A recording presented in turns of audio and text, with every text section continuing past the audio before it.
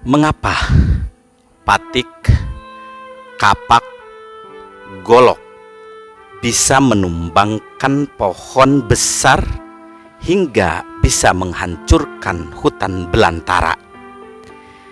Tiba-tiba saja satu pertanyaan menyapa nalar. Pikiran pun melayang menerawang pada pengalaman di masa silam saat masih hidup di perkampungan.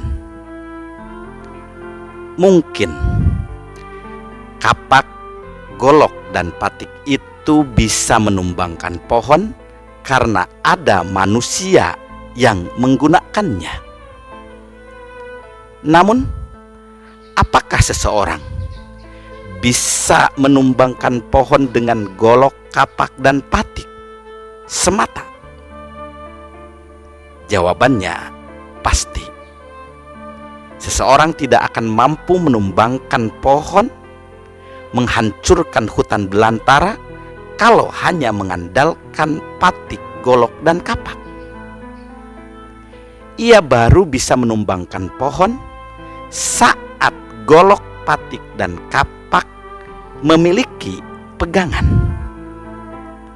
Ketika ada pegangan, manusia bisa mengayunkan ketiga barang tersebut yang dengannya pohon bisa tumbang, hutan belantara bisa hancur.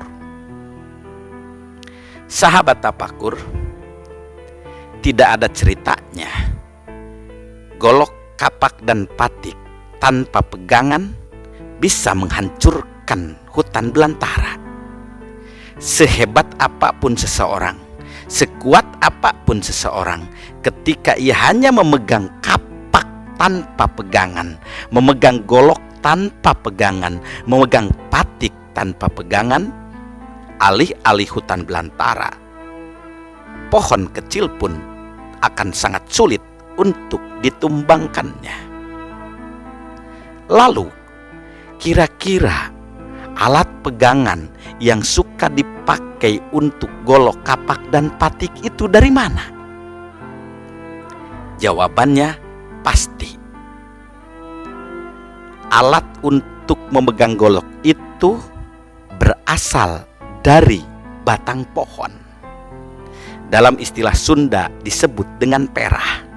Perah itu tidak ada atau 99% terbuat dari kayu. Demikian halnya kapak dan patik.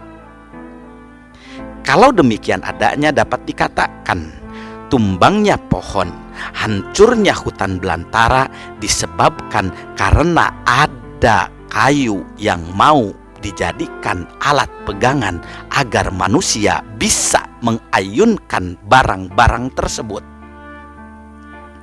Sahabat tapakur, jika realitas itu kita tarik pada kehidupan umat Islam, kelihatannya tidak jauh berbeda. Hancurnya umat Islam, hancurnya sebuah organisasi, bukan karena kekuatan musuh yang teramat dahsyat, bukan hanya karena senjata musuh teramat canggih. Sejarah membuktikan itu semua. Hancurnya umat Islam itu akibat ada orang Muslim yang mau menjadi pegangan. Pegangan siapa? Pegangan orang-orang kafir. Seperti batang kayu yang mau menjadi pegangan agar manusia bisa mengayunkan golok, kapak, dan patik agar pohon itu tumbang. Nah, orang Muslim yang mau menjadi alat pegangan bagi orang kafir itu kita kenal dengan istilah munafik. Karenanya dalam sebuah riwayat disebutkan al-muslim mahjubun bil muslim. Orang-orang muslim itu hancur karena ada orang muslim yang mau menjadi alat. Tentunya kayu berbeda dengan orang munafik. Kalau kayu ketika dia rela menjadi pegangan agar patik, kapak, tapak dan golok bisa menebang pohon tidak memiliki motif apa-apa, karena memang bukan makhluk hidup. Namun orang muslim yang rela dirinya dijadikan alat agar menghancurkan sesama umat Islam itu memiliki motif yang jelas.